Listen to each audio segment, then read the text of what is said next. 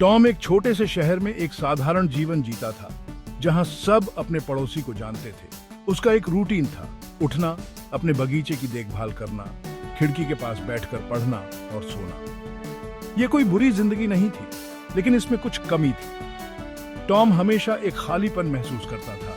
उसे किसी के साथ की तलब थी। उसकी पत्नी का देहांत कुछ साल पहले हो गया था और उसके बच्चे बहुत दूर रहते थे। उनकी व्यस्त जिंदगी में मिलने के लिए बहुत कम समय मिलता था।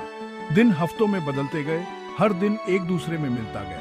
अकेलेपन और शांत चिंतन के रंगों में रंगा हुआ वह अक्सर खुद को उन दिनों की यादों में खोया हुआ पाता, जो उसके बच्चों की हंसी और उसकी पत्नी की प्रेम भरी निगाहों से भरे होते थे। उसे साथ में खाना खाने की गर्माहट और किसी अपने का हाथ थामने की सुकून की याद आती थी। एक दिन जब टॉम बारिश को अपनी खिड़की से टकराते हुए देख रहा था, तो दूर से एक हरकत ने उसका ध्यान खींचा। उसकी प्रॉपर्टी के किनारे पुराने ओक के पेड़ के नीचे एक छोटी सी आकृति दुबकी हुई थी। उसका फर उसके शरीर से चिपका हुआ और वह ठंड से कांप रहा। टॉम के अंदर कुछ हिला, सहानुभूति और चिंता की एक लंबी सुप्त भावना। उसने जल्दी से अपने जूते पहने, एक पुराना तौलिया उठाया और तूफान में बाहर निकल गया। जैसे ही टॉम ओक के पेड़ के पास पहुंचा, बारिश और तेज हो गई। हर बूंद फुटपाथ पर पानी के एक छोटे से विस्फोट में फूट रही थी। जैसे ही वह कांपती हुई आकृति के पास पहुंचा, उसने देखा कि वह एक कुत्ता था, एक छोटा भूरा और सफेद मिक्स ब्रीड, जिसकी आंखें इतनी उदास थीं जितनी उसने पहले कभी नहीं देखी थी। अरे छोटे बच्चे, टॉम ने धीरे से आवाज दी। उसकी आवाज तूफान की गर्जना से मुश्किल से सुनाई दे रही थी।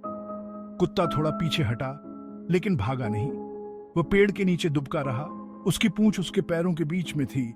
आंखें डर और उम्मीद के मिश्रण से टॉम पर टिकी हुई थी। धीरे धीरे टॉम नीचे झुका, सावधानी से अपना हाथ बढ़ाते हुए। सब ठीक है, उसने धीरे से कहा। उसकी आवाज कोमल थी। मैं तुम्हें चोट नहीं पहुंचाऊंगा। एक पल की झिझक के बाद कुत्ता आगे बढ़ा, टॉम के फैले हुए हाथ को संदेह से सूंघते हुए।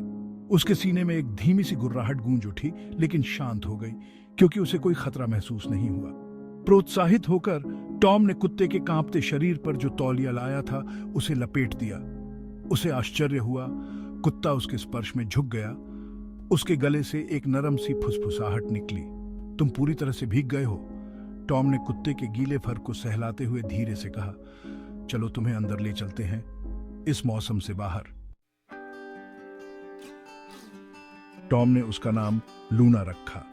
उसके आने से उसके घर का सन्नाटा पंजों की धीमी आहट और कभी-कभी खुशी से भौंकने की आवाज से भर गया।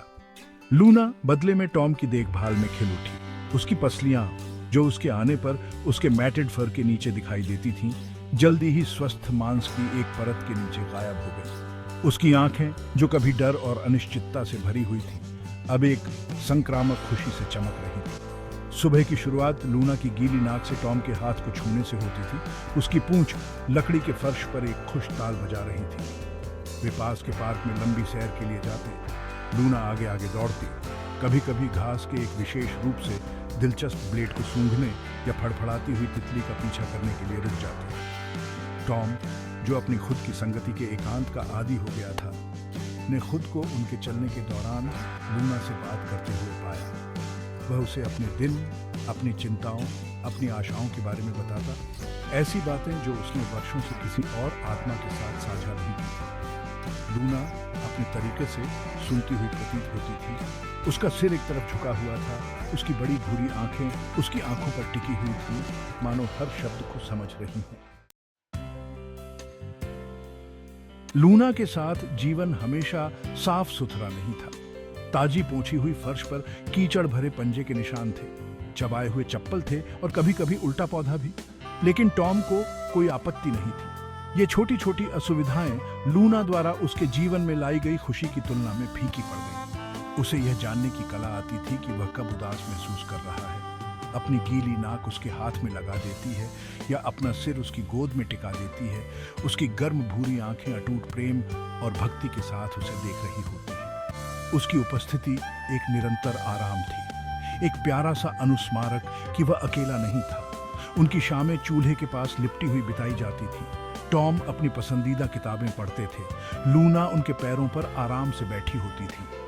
मौन, जो कभी उसके एकांत की एक ओगलू शीतल नया याद दिलाता था, अब एक सुकून देने वाली गर्माहट से भर गया था, एक साझा शांति जो केवल एक वफादार दोस्त की संगति से आती थी।